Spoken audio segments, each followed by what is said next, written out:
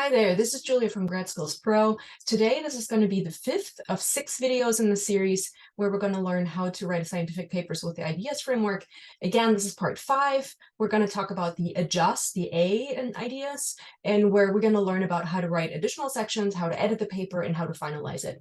So first, in this video, we're going to recap the ideas framework very briefly. Then we're going to learn how to write references, how to organize the supplement, how to finalize the title, how to optimize the writing style. Then we're going to talk about additional sections, the author order again, because you're almost at the submission stage. So we want to make sure that you're not stepping on anybody's feet.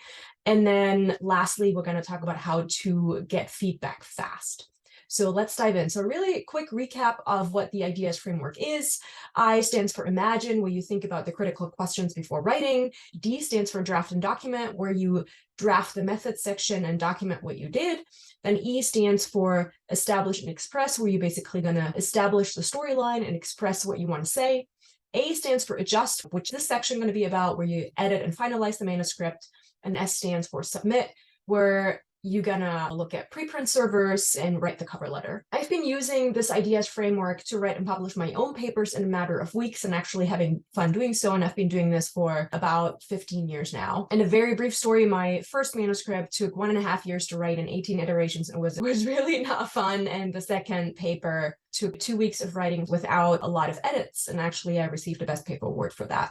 I've also taught this framework to many grad students, undergrads, and postdocs, where I taught them how to write and publish their own papers. And I'd love to teach that to you too, simply because first of all, I love talking about this stuff. And secondly, I love seeing my students having fun writing, even though they previously thought they don't enjoy that at all, and also that they can actually publish amazing papers. So if you want to learn more about how to write and publish a paper, check out the caption for links to free resources. We have, for instance, a checklist available, which is going to be shown over here, and a figure guide as well, of where you can learn how to make publication quality figures. So let's talk about references and literature, how to insert citations into your paper. You need citations in your paper to support the claims that you're making about previous research. And luckily, the days are over where you would have to insert them manually and have to actually type them out. So there's different types of reference managers available that really make it a lot easier to insert citations. A lot of them, if not all of them, have browser plugins available where you basically go to the journal website, you hit a button, and it saves that particular citation into your database. And you can manage those citations in your database. You can use different citation styles for inserting those references into your document. So there's a lot of different reference managers available. And so let's just go through a couple of those. For instance, EndNote is a paid version, but I've used it for many years during grad school. There's BibTeX, there's Zotero, which is free. There's PaperPile, which is a new reference manager, and it costs a couple bucks a month. And I've personally been using Mendeley for many years, and it's free and I love it. It's easy to use.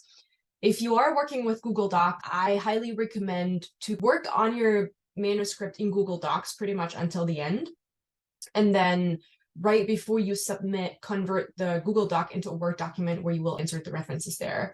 Because I've realized that converting between Word documents and Google Docs, the database link to the reference manager is not always kept.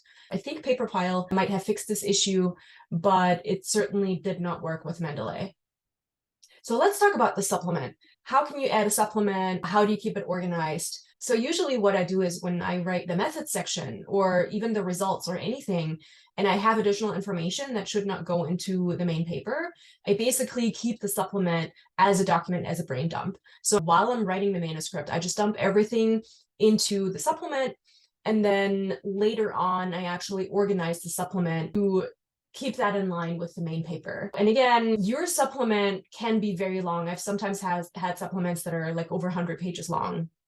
And that really depends on the type of research, but you should have a lot more detailed information in the supplement than you have in the paper. Like even oftentimes the methods, there's so much more detail. You actually want to be able to provide that much detail for others to be able to reproduce a research. And when it comes to reproducibility, and I can talk about reproducibility for a long time. I'm actually gonna make at least one more video, if not multiple videos out of it. But if you want detailed methods, protocol captures, additional analyses, and the results, descriptions of the data sets, they should all be in the supplement for your audience to be able to reproduce the data. So again, after you finalize the storyline in the paper, then you can go back and reorganize the supplement to actually follow the storyline in the paper, but then also make sure that you reference the sections in the supplement, like in the main text. And when you go through the supplement at the very end, sometimes because you started out with a brain dump, some of the points might actually be confusing because you tried a lot of other things that didn't work. And if those do not add to the main storyline of the paper and they're confusing, then just take them out. So let's talk about the title again. And usually in the earlier video, I mentioned that the title is the first thing that you're going to write in your paper.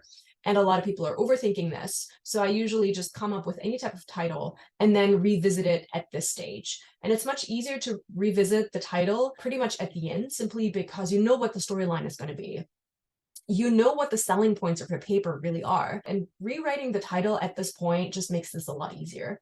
So again, the title is the gateway to your paper. By reading the title, your audience will decide whether they actually want to read the abstract. So it's not even necessarily by reading the title, they will decide whether they want to read the paper. No, they're going to decide whether they're going to read the abstract. And then when they decide to read the abstract, then your reader is going to decide whether they want to read the rest of the paper. So your title needs to draw your reader in. So for your title to be a great title, it needs to be understandable. It needs to not have a lot of abbreviations or specific lingo. And also you might want to make it catchy to draw the reader in. So now let's talk about writing style. And we've talked about writing style earlier on before we really started writing the paper. But there's a lot more detail when it comes to writing style. And even here, I'm just going to give like a very brief overview. So once you've written your paper, read through it again and simplify sentences, because often what happens is you're in your head and you're writing things down and suddenly you have a sentence that's like a whole paragraph and you want to avoid that. So simplify sentences, take words out that are really unnecessary and shorten things to make it a lot more concise.